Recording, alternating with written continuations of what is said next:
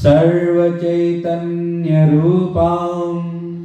ताम् आद्यां विद्यां च धीमहि बुद्धिं यान प्रचोदयात् बुद्धिं यान प्रचोदयात्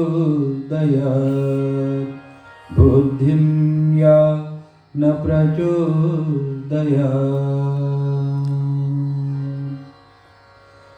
माँ भगवती के दिव्य आराधन का पवित्र अवसर नवरात्र। माँ का आराधन हम सब करते हैं और एक विशेष बात है कि केवल हम सनातन धर्मावलंबी ही माँ का अर्चन नहीं करते हैं। विश्व में जितनी भी संस्कृतियाँ हैं, जितने भी मत मतांतर हैं, वो अलग अलग रूप में माँ का अर्चन तो अवश्य करते हैं, पर हमारी जो भावना है कि वो सारे जगत की अधीश्वरी है। यहाँ तक कि जो मणिद्वीप में विराजित होकर के ब्रह्मा विष्णु महेश को भी अपने शक्ति से सामर्थ्यवान बनाती है और वे हमारे संसार के सारे कार्यों को संपन्न करते हैं। जीवन में हमें कई बार कोई कार्य करने की इच्छा होती है, इच्छा तो होती है, पर उसका ज्ञान नहीं हो तो इच्छा होने से तो वह कार्य पूरा नहीं होगा। इसलिए ज्ञान होना भी आवश्यक है, पर ज्ञान हो पर उसको करने के लिए हमारे पास सामर्थ्य न हो, शक्ति न हो, तो भी वो कार्य पूरा नहीं होगा। तो माँ की आराधना से हमारे जीवन में इच्छा शक्ति, क्रिया शक्ति और ज्ञान शक्ति तीनों का ही समावेश होता है। माँ हमें यही प्रेरणा देती है कि संसार राक्षसों से भरा हुआ है। किसी न किसी रूप में कभी काम हमको रोकता है, कभी हमारा क्रोध ही हमारा शत्रु बन जाता है।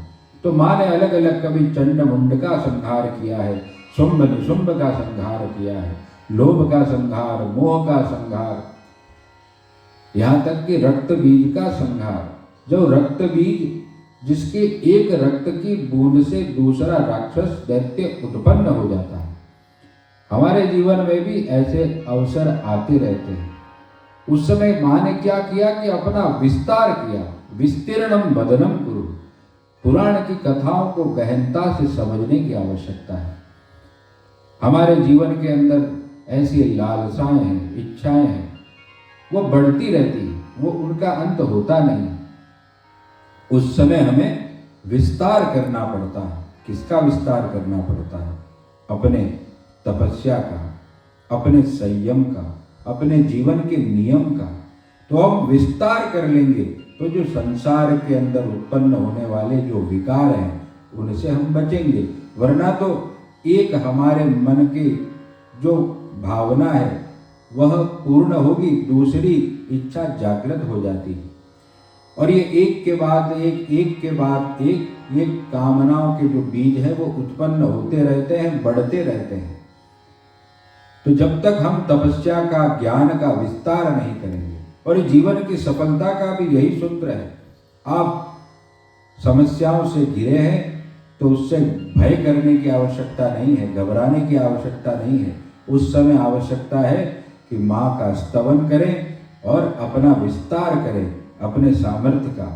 हमें we have to enhance our capacity, we have to enhance our knowledge, we have to enhance the acceptability to survive in this world।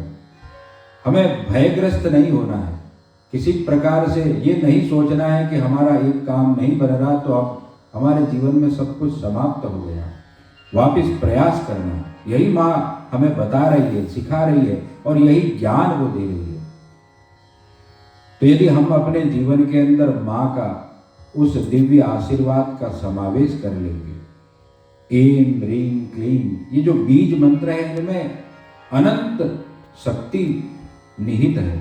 यदि हम मनोयोग से इनका अनुष्ठान कर लें और कई ऐसे विधान बताए गए हैं तो जीवन में हमें वैसी ऊर्जा मिलेगी। तो माँ लक्ष्मी के रूप में, माँ सौभाग्य के रूप में, माँ ज्योति के रूप में, माँ सदैव हमारे जीवन में ज्ञान के रूप में, ऐश्वर्य के रूप में हमारा रक्षण करती है, हमारे साथ रहती है। तो सभी को माँ के इस दिव्य नवरात्र की बहुत बहुत बधाई। और माँ के इस नवरात्र में हमें वास्तव में माँ की उपासना से जो सीखना है, वो जो ज्ञान है, इसीलिए बाकी देवताओं के लिए तो एक दिन साल में आ रहा है, भगवान शंकर के लिए एक पूरा मास है, पर फिर भी शिवरात्रि तो एक है।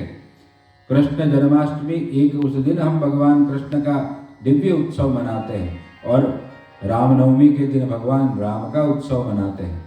पर माँ के जो नवरात्र है वह साल में 4 बार आते हैं, 2 तो बड़े नवरात्र और 2 गुप्त नवरात्र। तो इसलिए माँ की आराधना बार बार, क्योंकि हमारे जीवन के अंदर समस्याएं भी बार बार आती हैं। एक बार समस्या आ गई तो ऐसा नहीं है कि अब जीवन में कभी नहीं आएगी, बार बार आएगी। बार बार हमें उन राक्षसों से, उन दैत्यों से, उन विकारों से, उन समस्याओं से जूझना पड़ेगा। पर इसीलिए निरंतर हम माँ के आराधन में लगे रहें। माँ सबका कल्याण करने वाली है। बोले जगदम्बे मात की जय। जय भगवती देवी नमो वरदे, जय पाप विनाशिनी बहुफल दे। जय शुंभ निशुंभ कपाल धरे, प्रणमामि तु देवी नरार्ति हरे। जय भगवती देवी नमो वरदे।